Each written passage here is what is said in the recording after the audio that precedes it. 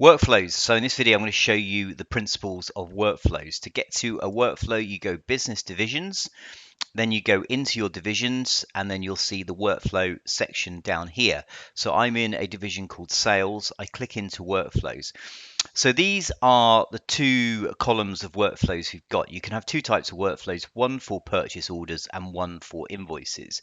So these are approval processes. So the important thing to know with a workflow approval process is that we are always going to start at step one and we're always going to end up at the very last step. And you can have as many steps as you like. So when we look at this one, it looks like we've got a 5-step process which ends up with send to supplier. So send the purchase order to the supplier. So first principle, we start at the top, we end up at the bottom.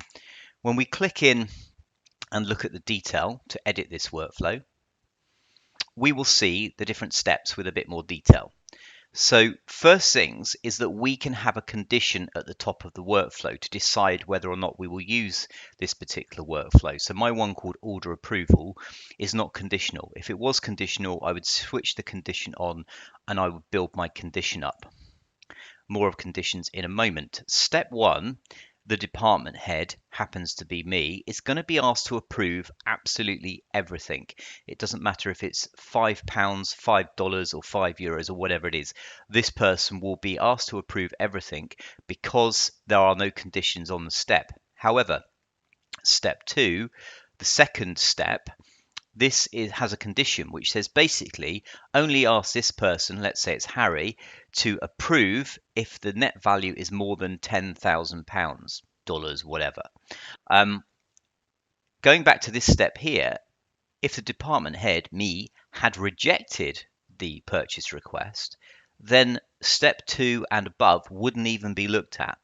But if I had approved it, let's say we've got one for £12,000, I approve it. It then goes on to step two, Harry to approve. Is it more than £10,000? Yes, it is. Fine. It will ask him to approve it. If he approves it, it will go on to step three, what we call the finance director. Is it more than £25,000? No, it's not. So we will skip that. We will then go on to step four, which is send a confirmation email. So in this case, we're going to email the buyer and let them know that it's been approved.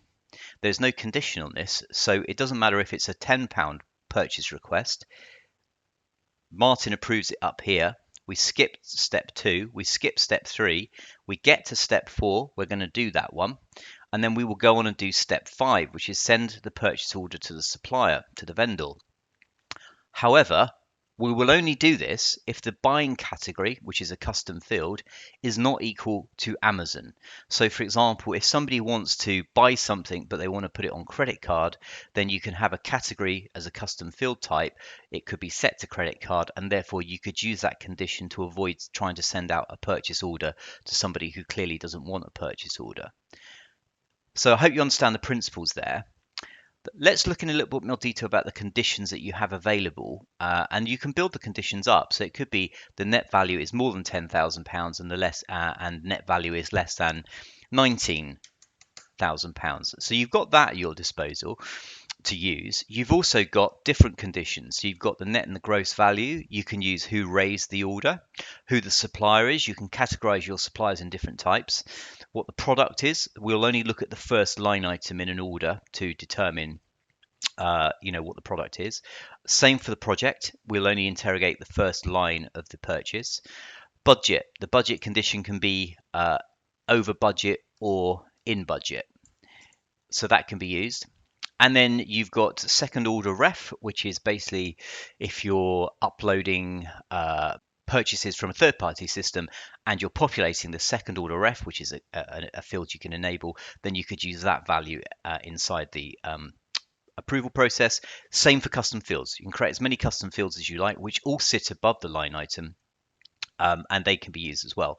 One of the questions we get asked a lot, and the answer is no, is can we use a nominal code or a cost code in an approval process? No. Think about that. You could have a purchase request with 22 lines. Each of those lines could be on a different nominal code, and each of those lines could go out for separate approval. It would take forever to approve it. So what we've done is decided we won't do line level approvals, and the same for cost codes as well. We will only do things that really sit above the line item. So if you want to work around for something like nominal codes, we suggest you use a buying category, custom fields, and try and break your purchase down into different types of perhaps, 5 to 10 different categories. That works really well for some of our customers. Anyway, I hope that's useful, and thank you for watching.